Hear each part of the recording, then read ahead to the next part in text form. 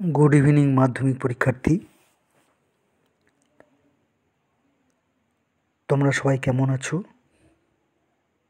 আশা করছি সবাই ভালো আছো।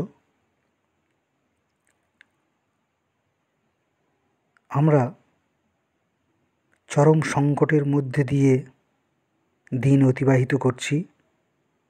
করোনা সারা বিশ্বব্যাপী থাবা বসিয়েছে। এই অবস্থায় তোমরা স্বাস্থ্যবিধি মেনে চলবে, মাস্ক ছাড়া বাড়ির বাইরে বের হবে না,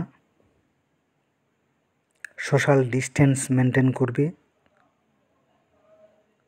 অযথা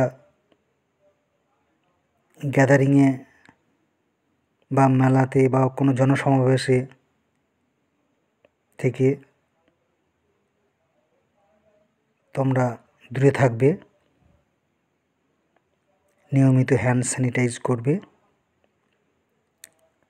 সামনেই তোমাদের মাধ্যমিক পরীক্ষা, তোমাদের শরীরের দিকে খেয়াল রাখবে। আজ আমি চতুর্থ অধ্যায়ের কিছু প্রশ্ন নিয়ে আলোচনা করব। এর আগে আমি চতুর্থ অধ্যায়ে সভা সমিতির যুগটা আলোচনা করে দিয়েছিলাম। এখন আমি মহাবিদ্রোহ সংক্রান্ত দুই একটি প্রশ্ন আলোচনা করব। মহাবিদ্রোহের সময় হিন্দু মুসলিম ঐক্য। ভূমিকা লিখবে এইভাবে: 1857 খ্রিস্টাব্দে মহাবিদ্রোহের সময় হিন্দু মুসলিম ঐক্য, এই মহাবিদ্রোহ আগেকার বিদ্রোহগুলি থেকে ভিন্ন মাত্রার মর্যাদা পেয়েছে। নরহরি কবিরাজের মতে বিদ্রোহের সময় হিন্দু মুসলিম ঐক্য ছিল চোখে পড়ার মতো। নেক্সট পয়েন্ট করবে হিন্দু মুসলিম ঐক্য।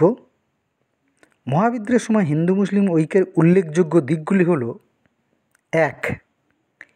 হিন্দু মুসলিম ঐক্যের প্রতীক পয়েন্ট করবে।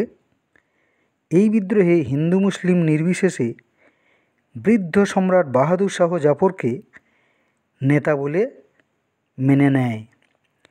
তিনি ছিলেন উভয় সম্প্রদায়ের ঐক্যের প্রতীক এবং মিলিত আন্দোলনের প্রেরণা।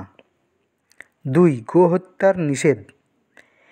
বিদ্রোহে যেসব অঞ্চল কোম্পানির কবলমুক্ত হয়েছিল সেই সব অঞ্চলে, বিশেষ করে মুসলিম অধ্যুষিত অঞ্চলগুলিতেও বাহাদুর শাহ হিন্দু মুসলিম ঐক্যের প্রতীক হিসাবে জাফর কোরবানি বা গোহত্যা নিষেধ করেন। নেতৃবর্গ।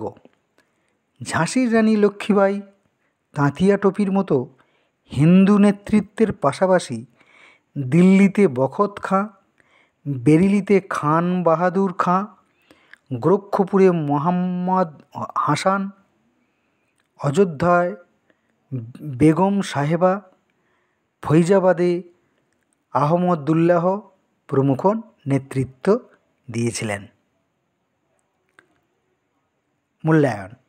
সম্প্রতি ব্রিটিশ লেখক উইলিয়াম ডালরিম্পিল তার লাস্ট মুঘল গ্রন্থে মহাবিদ্রোহে মুসলিমদের ধর্মীয় আবেগের উপর জোর দিলেও নানান ক্ষেত্রে উভয় সম্প্রদায়ের ঐক্য দেখে ইংরেজরা হতবাক হয়ে যায়।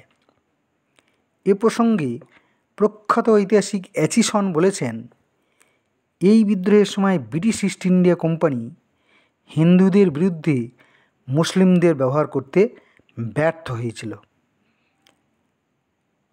সবশেষে বলা যায় যে কমিউনাল হারমোনি এমন নজির ঘটনা ইতিপূর্বে দেখা যায়নি।